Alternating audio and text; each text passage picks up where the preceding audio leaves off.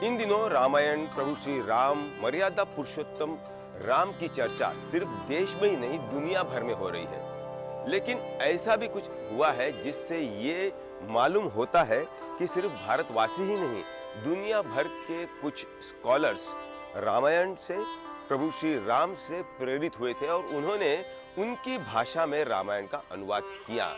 ऐसे ही कुछ ग्रंथ पुणे के भंडारकर ओरिएंटल इंस्टीट्यूट में संग्रहित किए हैं, उसके बारे में जानकारी लेते हैं।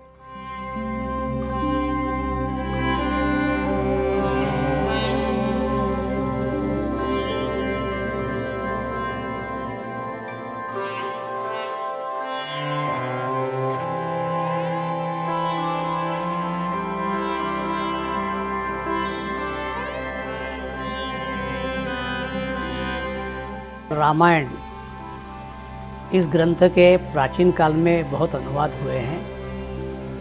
चीनी भाषा में, तिब्बती में और जापानी भाषा में भी अनुवाद हुआ है। मध्यकाल में सम्राट अकबर ने पर्शियन भाषा में उसका अनुवाद वो कराने का कार्य किया है।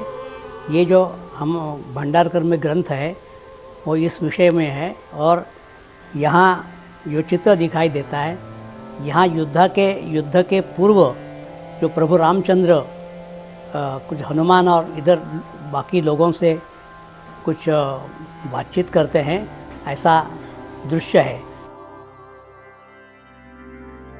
ये जो मेरे हाथ में किताब है वो चीनी भाषा में भाषांतरित हुआ रामायण की प्रत है। इसमें सुंदर चित्र भी पाए जाते हैं। इस चित्र में हम देख सकते हैं कि राजा दशरथ अपने अमात्यों के साथ ये बता रहा है कि राजा करने के लिए, राजा बनाने के लिए श्री राम सब गुणों से सर्वगुण संपन्न कैसे है, और अमात्य भी इसको जब हाँ कहते हैं तभी राज्याभिषेक की तैयारी की शुरू जाती है।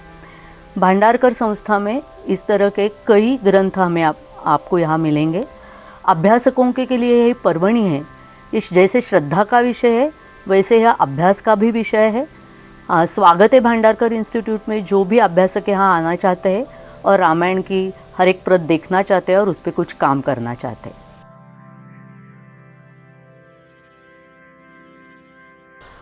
चाइनीज स्कॉलर जी शियानलिन ने रामायण से प्रभावित होकर रामायण का संस्कृत से मैंडरीन लैंग्वेज में अनुवाद किया है।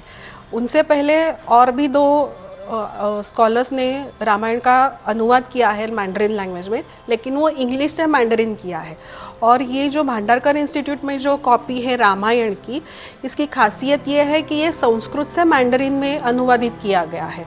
इसे ट्रांसलिटरेट लूमायना ऐसा किया गया है और इसके 4 खंड यहाँ पे उपलब्ध है।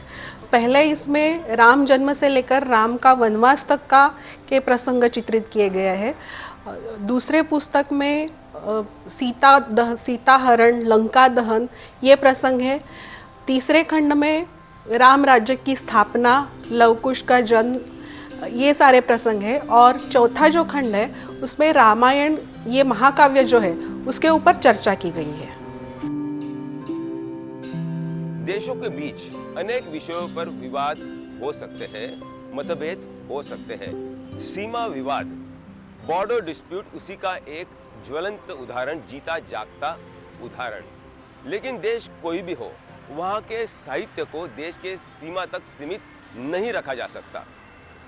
साहित्य कोई भी हो, उसका अध्ययन करने के लिए सीमा पार से स्वागत होता रहा है। रामायण उसी का एक उदाहरण। आज रामायण 40 से 45 भाषाओं में सिर्फ देश में नहीं दुनिया भर के कुछ देशों में उपलब्ध है। पंकज खेलकर, पुणे, आज तक।